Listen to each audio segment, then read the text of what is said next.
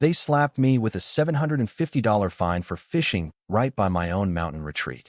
Then a neighbor tipped off the sheriff, claiming the stream wasn't mine, insisting the woods I'd roamed since childhood belonged to some upscale enclave. I figured it was a mix-up until a neon yellow ticket appeared nailed to my porch, citing rules I'd never heard of and a signature from a stranger. That's when it stopped feeling like a harmless error and started reeking of a calculated scheme. I hadn't planned on pushing back, but once I uncovered what my uncle had stashed away, things turned explosive. Tell me, what would you do if it were your boots crunching through those leaves? I inherited Uncle Elias's mountain cabin 4 years back. Those crisp dawns with fog lifting off the crystal stream made me feel like I'd ditched the chaos, the traffic, the grind, the urban sprawl. This was my haven. Imagine a cozy log cabin perched on the bank of a pristine stream, encircled by ancient oaks that towered like silent guardians. The early haze would drift from the water like a dream, broken only by the trill of birds or the gentle ripple of trout surfacing. Weekends here were sacred, woven with echoes of my youth. Grandpa's tall tales, those endless angling trips, the pure bliss of solitude. This ground wasn't mere real estate. It was bloodline, heritage, and raw serenity. As a seasoned angler by trade, this spot wasn't just a getaway, it was heaven. Every chance I got, I'd trek the 3-hour drive from my city gig to immerse myself in this untamed paradise. When your livelihood revolves around reading currents and outsmarting fish, a place like this hits like striking gold. That fateful June morning, I was lounging on my weathered pier with a steaming mug of Joe, eyeing the sun cresting the ridgeline.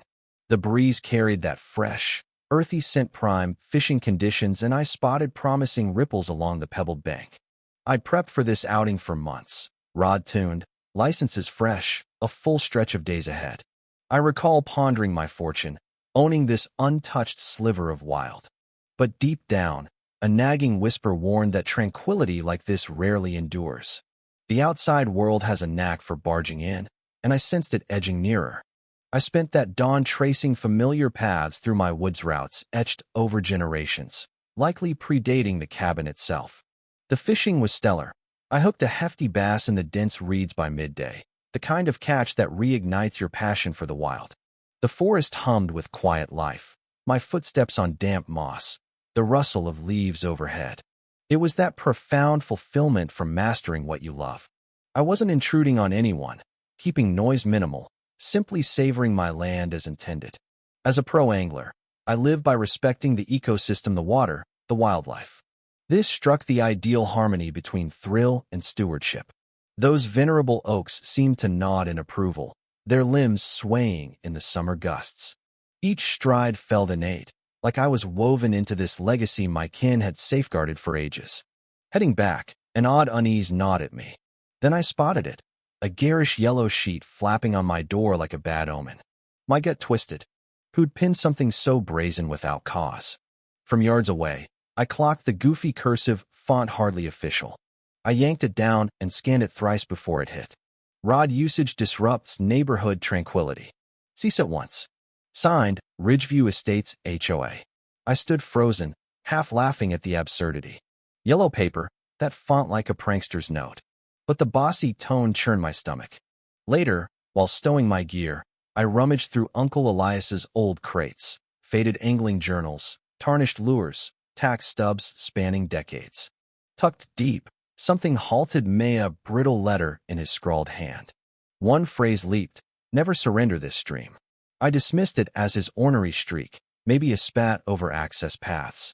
Yet the underlined words hinted at layers untold, his resolve bleeding through the aged ink as if he'd foreseen this clash.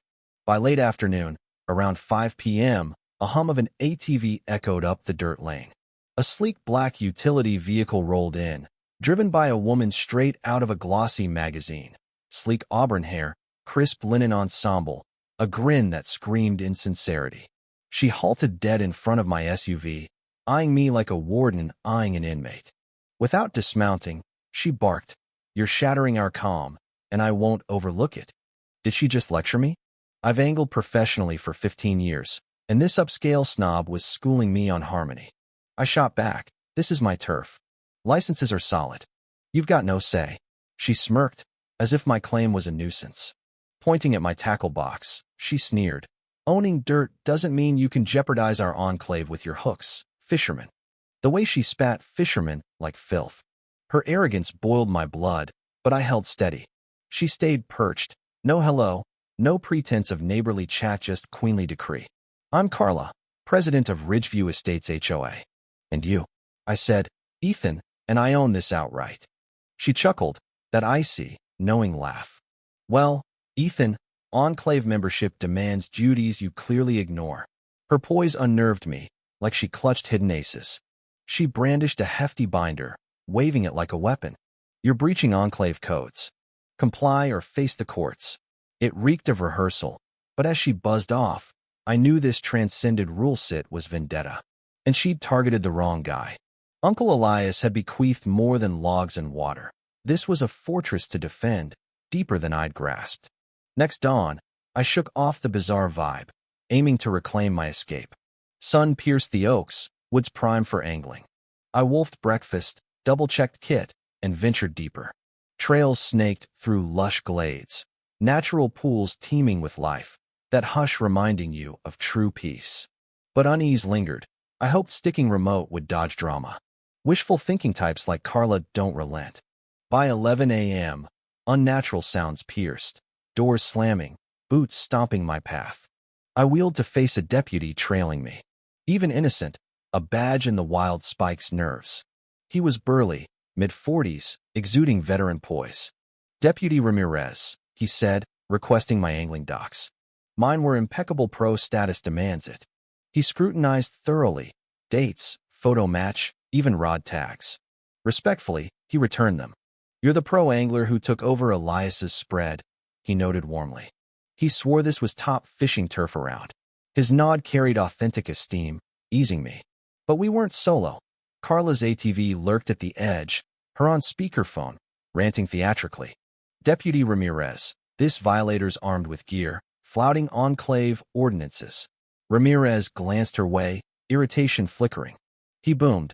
All legal. Pro-license, permits, private land. Carry on. He tipped his hat, shooting me a knowing look. Carla pressed. Surely noise bylaws apply. Ramirez shut her down firmly. Legal angling on own ground, no breach. As he vanished, Carla stormed over, hair frizzing, outfit rumpled. Savor your win, she hissed, fists balled. Our board has weapons unseen. We've tamed stubborn owners before.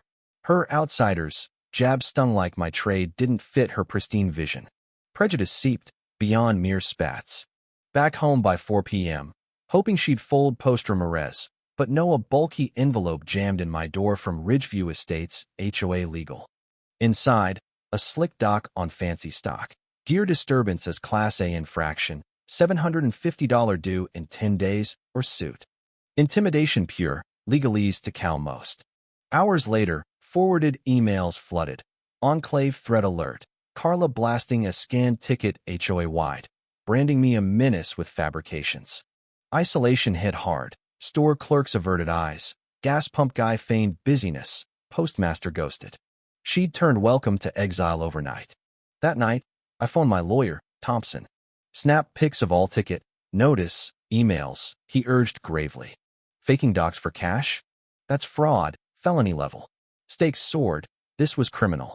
I dove into Elias's crates again, unearthing a worn binder, maps, sealed deeds, letters from agencies. A 1985 survey stunned me. Plot engulfed the stream, vast woods beyond assumed lines. Elias's notes, preserved rights, covenant oversight. Thompson buzzed with thrill. Next call. Scan everything. Elias didn't just sell lots, he kept mineral, water, enforcement cloud over the enclave when devs built. Bombshell. I wasn't random. I held sway over Carla's realm, potentially nixing their HOA charter. Defense flipped to offense. Satisfaction surged. The angler was turning predator. Per Thompson, I summoned surveyors to map per 1985 docs, not just my cabin, the whole shebang. Crew arrived with gear galore. Lead whistled. Hundreds of acres, stream included. I insisted bright yellow stakes for max visibility. By noon, ribbons dotted the enclave road. Afternoon, they claimed the shared dock, picnic spots, even yards. Residents gawked in robes, alarm rising. I stood prominent in angling garb, arms folded, as stakes bloomed like warnings. Irony. Same yellow as her ticket, now my legit claim. War declared, battle's mine. Carla roared up by 3 p.m. with hubby Lyle, a meek 50-something trailing. Her fury boiled as she tallied ribbons encircling her domain. What madness, she raged. Staking enclave land? Harassment. Calmly, just affirming boundaries per records. Lyle pleaded, misunderstanding, let's talk. Carla silenced him, snapping pics, vowing legal shredding. But evidence weighed heavy. 3 days on, an email, urgent enclave safety assembly, Carla rallying. I attended, room hushed as I entered, her cronies front row barricade. She preached harmony, veiled jabs at me, unveiling a 22-signature petition for town easement on historic stream access. Painted me as greedy hoarder. Pressure mounted, government escalation loomed. I rose steadily. Verify original lines first. Elias's sales retained rights. Whispers erupted. An old-timer queried, didn't Elias hold sway as founder? Carla cracked, dismissing as dusty history. But doubt seeded, questions flew. Her grip slipped, room shifting from mob to murmur. Done defending, I remapped the full perimeter with yellow stakes, encircling all. Visual siege, ribbons on paths, shores, gardens. Neighbors argued. I oversaw visibly. Carla confronted with Lyle. Thompson arrived, handing Lyle violation papers. Covenant breaches, trespass. Lyle paled, Carla fumed. Ultimatum, 72 hours or prosecution. 2 days later, Lyle called defeated, meet at Thompson's. Office oozed power, marble leather. Carla rigid, junior counsel evasive, Lyle slumped. Thompson dismantled. 1,985 surveys, covenant veto, her fraud proofs. Nuke. I could dissolve HOA via signature. Carla blanched. Lyle crumbled. Pay what you want, just spare us. Terms brutal. Carla resigns. $3,000 damages, public apology. They signed trembling. Soon, their for sale sign sprouted. Funds built a sturdy oak pier over my stream. Dawns now. Coffee, mist, birds' peace reclaimed. Yellow stakes endure as reminders. Carla fell not to smarts, but assuming dominance eternal. Here, nothing lasts, not calm, not control. But here's the spark. Was I too ruthless reclaiming what's mine, or justified against her tyranny? Do HOAs overstep, crushing individual rights for community? Should inherited land trump modern developments? Drop your take below. Did I go too far? Like if you side with the underdog, comment your strategy, subscribe for more real-life showdowns that flip the script. What lines would you draw?